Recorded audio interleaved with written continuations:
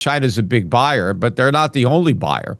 But the point is that that's not speculative buying. I mean, China isn't buying gold to flip it. I mean, this gold is not going to see the light of day for who knows how long. China is buying to have gold as a reserve to replace the dollar. And I think that's what a lot of other central banks are doing. They're buying gold to restore gold as, the monetary backing of their currency. And this, I think, is a major transformation in the global monetary system. I think it's on the order of, or maybe bigger than what happened in the 1970s when we went off the gold standard. And so the world went from having the US dollar backed by gold as the reserve to just having a fiat currency as the reserve. That was a significant shift in the monetary order. But now it's not the US going off the gold standard. It's the world going off the dollar standard and returning to the gold standard. And I think that's probably even more significant, certainly for the United States, because we're about to have the rug pulled out from under us. And, we've been living off of the dollar's reserve status. We've used it as a crutch to live beyond our means. We've enjoyed lower consumer prices and lower interest rates and higher asset prices as a result of this privilege that I think we are in the process of losing. So when you point to these other moves up in gold and silver, I think they were largely driven at the peaks by speculators, by retail investors who were, jumping on the bandwagon and pushing the markets to, kind of extreme points, and then they would go down. I don't think we've even seen that yet. I think that retail investors have barely participated. In fact, if you look back at the flows from all of last year and most of this year, retail investors were selling gold ETFs. They were selling gold stock ETFs. So they sold into the rally. They weren't buying. In fact, if you talk to a lot of the smaller coin shops around the country, and I've seen interviews, most of the people that came in over the last few months were people that were selling their gold. They were like bringing in their jewelry to melt it down and get some cash.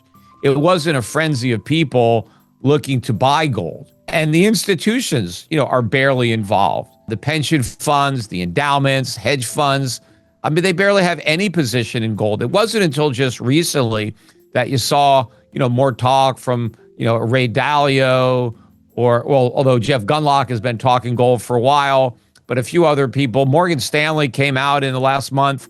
I think one of their analysts said that we should tweak the 60-40 portfolio to be 60-20-20, where you split your bonds in half and you buy gold.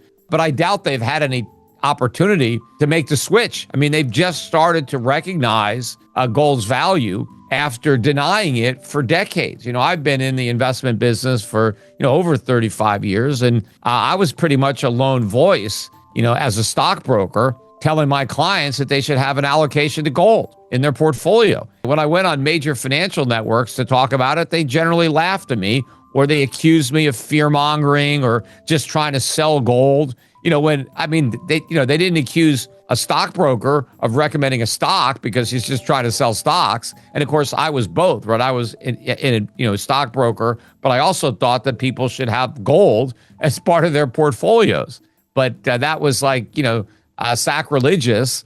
But now people are starting to say, hey, wait a minute. Given the fact that gold has outperformed stocks over the last 25 years, if you go back to 1999, when the Dow peaked at 45 ounces of gold, today it's worth, it was 11. I didn't do the math today, but it was, just recently down to 11. That was a 70% decline. The price of the Dow Jones measured in real money, measured in gold. And given the fact that just holding gold, in a shoebox beat the Dow. And I'm not talking about just the price. It actually beat the return because the dividend yield has been pretty low over these years.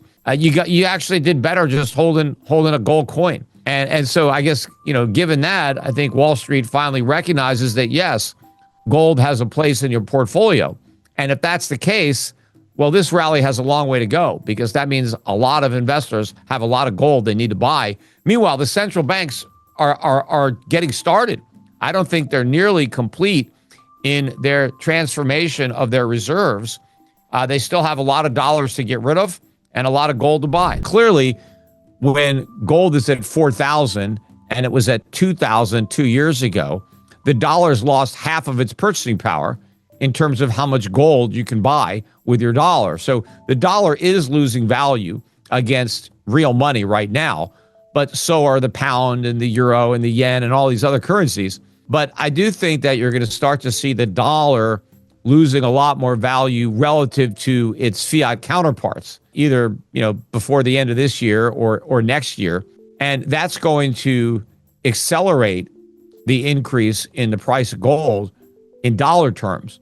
But I think it's already giving you a forewarning that that's going to happen. I think gold is rising as a reflection of a loss of confidence in the dollar, because I think the main reason that gold is being accumulated is because central banks have lost confidence in the dollar and in the fiscal responsibility of the U.S. government or the credibility of the Federal Reserve. So you're seeing it first in gold. I think you'll next see it in the dollar. And then I think you'll see it after that in the Treasury market, where you'll start to see a big drop in bond prices and a rise in long-term yields, despite the fact that the Fed is going to be reducing short-term rates.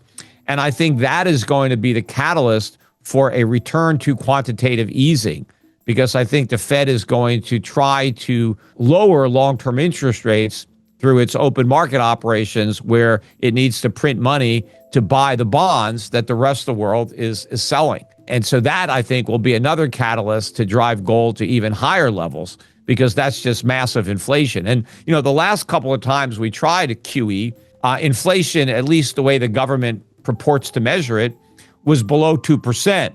So the government was able to justify QE by saying, look, inflation is below target. And so we could do this because the goal is to get inflation higher to reach our target. And so, we're going to accomplish that with QE. But if inflation is already well above 2%, what is the excuse for creating more inflation? How do you justify QE when inflation is 4 or 5%? That's the way simple, the government Peter. measures it. That's simple. The Fed just moves its inflation target to 3% unofficially, and then you've got more QE to be justified. Well, but I don't think they could do that, because just moving it to 3%, once you move the goalpost once, well, now you've already broken trust, because if you can move it to 3, you can move it to 4. But even moving it to 3 is a big game changer, because that means a 50% increase in annual inflation. I mean, what does that do to the present value of gold if inflation is going to be 50% higher from now until the end of time? But of course, they're not going to achieve 3, because if they give up 2 and they move to 3, well, then they're going to give up 3. They've already proven that their target is BS when they're above it. They don't have, the monetary cojones to do what it takes to bring inflation down to 2%. Well, then why would they have it to bring it down to 3% or 4%? So I think, once they move it, they're done, which is why they probably won't. I don't know that they're officially ever going to say that they have a target of 3. I think they're going to keep a target of 2, but they're just never going to hit it.